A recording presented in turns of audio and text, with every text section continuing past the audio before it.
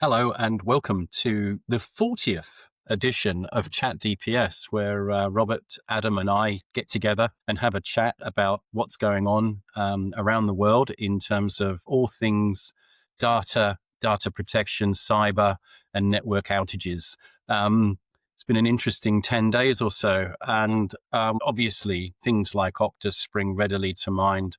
There's a situation in the UK with JLR, Jaguar Land Rover, for those that have been uninitiated. And there's a few things to get through. I think we're going to start this week with the Cyber Summit that was hosted by the AFR down in I think it was in I think it was Canberra this Sydney. week. Was it Might have been Sydney, was Sydney. it? Okay. I think so. Um, there were a couple of CEOs there that were describing their problems, and one in particular that said they had 4 days from hell, which I think was from St. Vincent's. Robert, do you want to set the scene around this one? Yeah, I thought it was quite interesting to sort of maybe start here because it was a number of high profile CEOs just reflecting back on some pretty significant data breaches and what the impact was both from a business perspective, but also the human factors as well around that. And clearly we'll touch on that because one of those CEOs happened to be Stephen Rue, who's the currently CEO of Optus. But they were focusing on data breach. So this was Tuesday. Okay, so this was Tuesday of last week.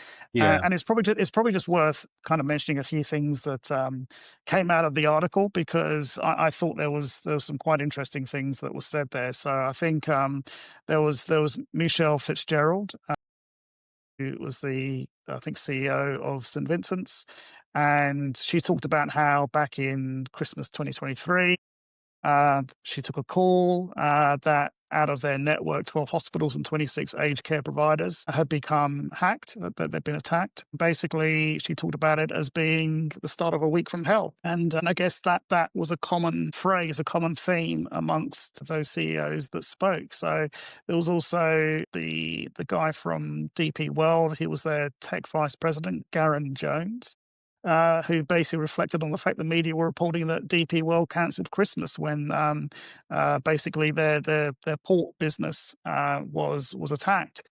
And he talked about the mental health effects that the staff suffered as they looked to recover from that fallout while you had all the media attention on them. And he mentioned that basically staff were suffering from post-traumatic stress disorder because of what happened in just a 3 to 4 day periods.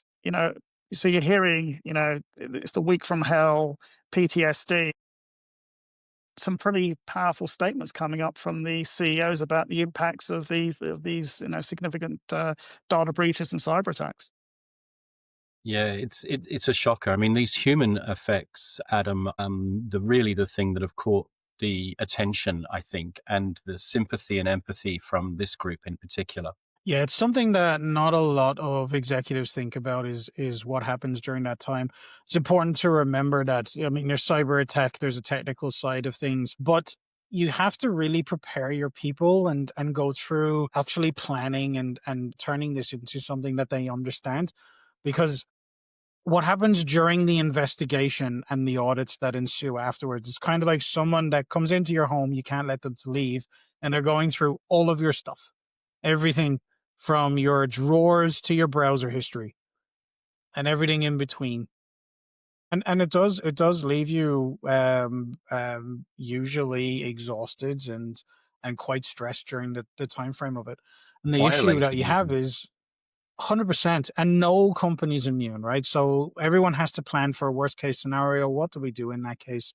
Yeah. I think that's really important. And also just make sure that you have something in place because this does leave, and we've just seen it in a number of places, especially in the health industry, very lasting psychological scars for people that have had to go through these processes. Yeah, and I think it's worth actually sort of like breaking that down a little bit because obviously you've got the staff that are running around trying to fix stuff, the people that have made decisions about the fact that either they're not investing or that they've invested poorly in systems and people and processes. Then you've got the public, sort of domain, and then you've got, the people that are affected by that, the actual victims of the whole thing. The customers, yeah, who are the ones always that are left picking up the pieces as well. So it's a far-reaching kind of model.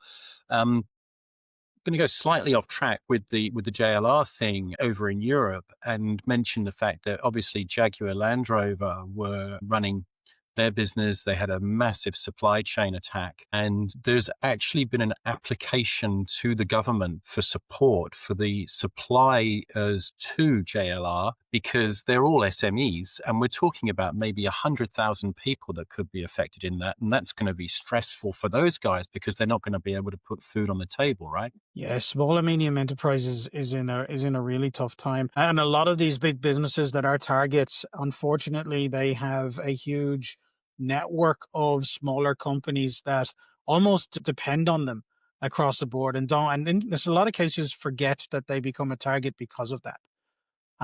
So having the ability to help, it's interesting that everyone goes straight to the government for help on these things as opposed to educating the businesses earlier and having preparedness set up for everybody. But yeah, it is actually going to cause a very, very big ripple effect on the industry, as some of these suppliers, in some cases, the only suppliers in the Yeah. region.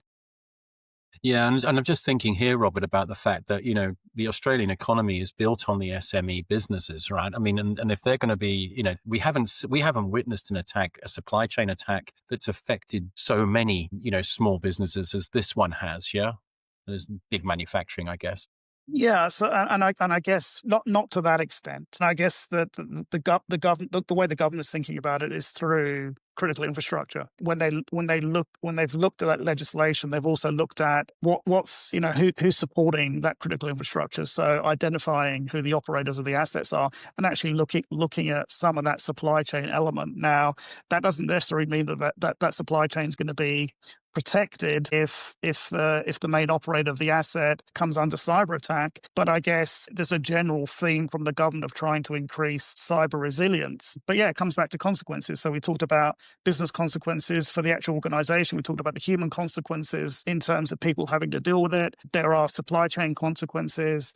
And then if we kind of segue into what happened to Optus, some Yeah, incredibly devastating human consequences in terms of what happened with the failure of the 000 system from Optus. And maybe if we just kind of bring it back to that, I thought what was quite interesting, and I sort of touched on it, was that Stephen Rue was at this cyber summit on Tuesday, and he made some what seemed like very sensible comments. So he talked about how after the Optus data breach that they now have the CISO reporting into the board, and that wasn't very common, but that was one change that they'd made. He talked about cybersecurity has to be embedded into the board agenda, and the chief executive had to make that so. And then he talked about how they'd really kind of beefed up their crisis management team and spent a lot of time on media training to make sure they did a better job in communicating in the event of another threat.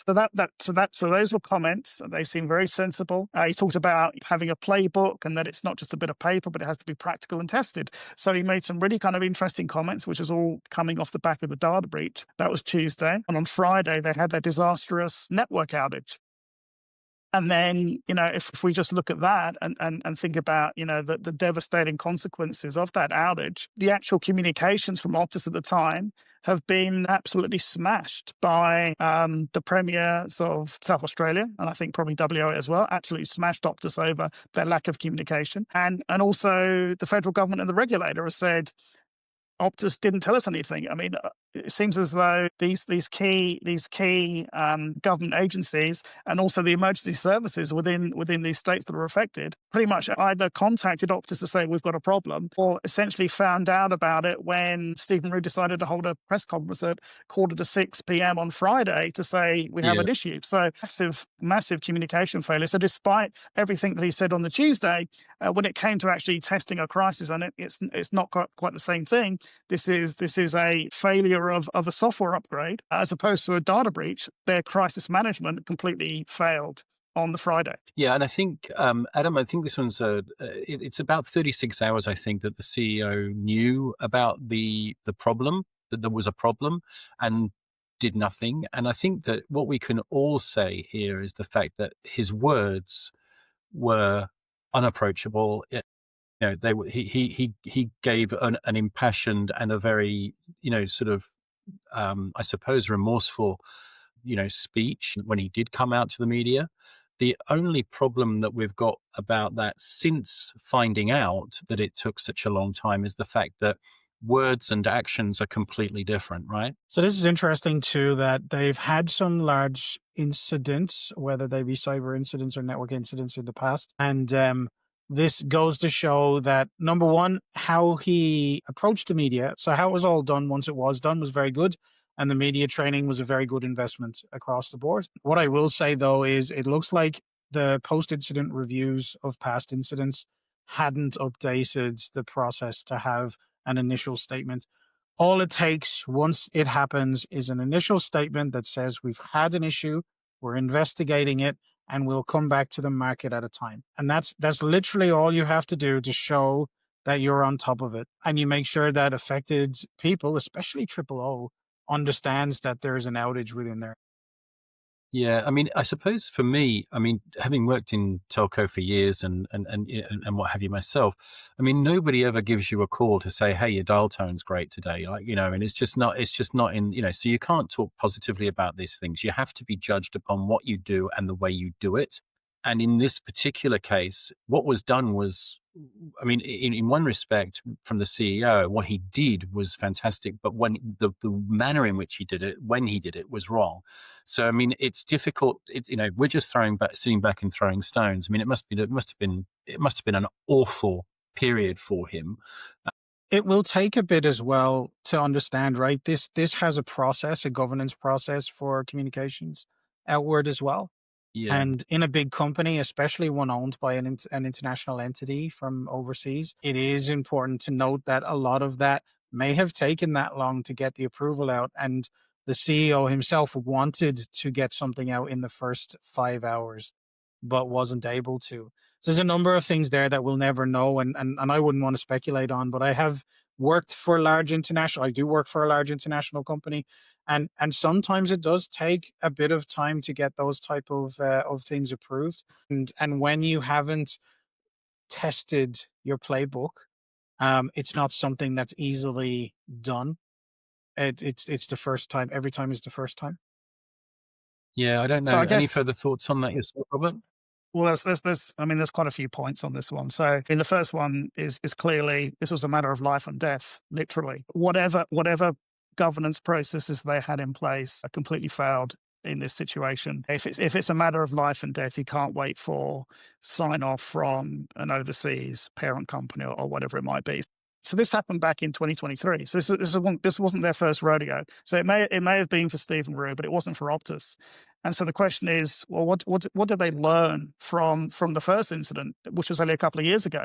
That should have been embedded into their crisis management major incident response plan. They should have had stakeholder communications at pretty high up the top of the list because it's a matter of life and death. And it makes you wonder about their approach to rolling out this sort of software when it had a potential to impact 000. Their methodology has to be questioned. Now, there will be an investigation, and there was an investigation last time. And I suppose the other point to make is the federal government and the regulator do not come with clean hands to this, because 2 years ago, they issued a report. It came out from the relevant department that looks after communications, and they made 18 recommendations to make sure that this would not happen again.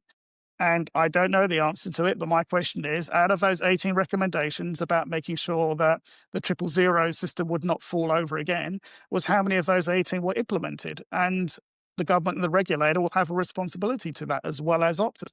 And so there will be another investigation, and they'll have to look back at 2023 and the report that got issued then, and they're going to have to figure out, okay, we made 18 recommendations last time. How are we going to make sure this doesn't happen again? So, there's two sides to this story, and the government has some responsibility as well.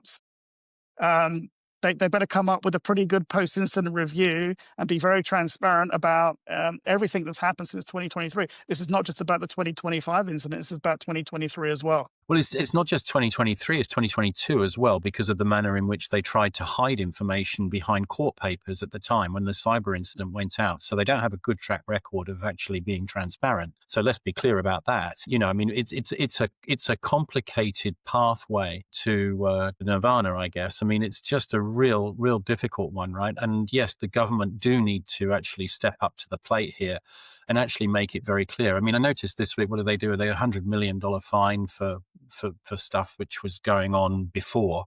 So, and these things take years to come through the system. Which again was unrelated and related to how they sold certain products to certain individuals, which they probably shouldn't have sold. Yeah, So clearly that it would appear, and obviously we're on the outside, we don't know, so we have to speculate. It would appear there's cultural issues throughout that organization in various areas.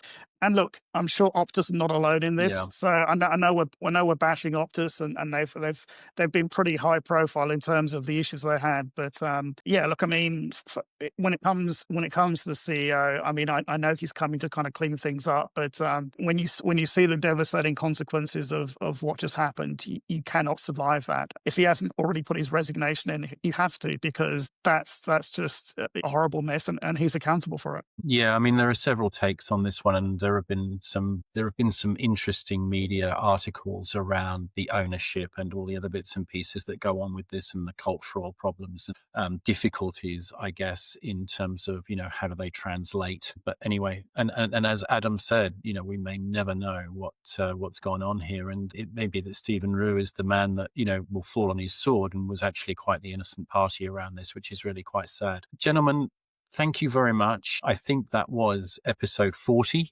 of ChatDPS. Thank you so much for your time, and thank you so much to everybody that's tuning in and supporting the little chat, our little gathering every week. Thank you. Take care all.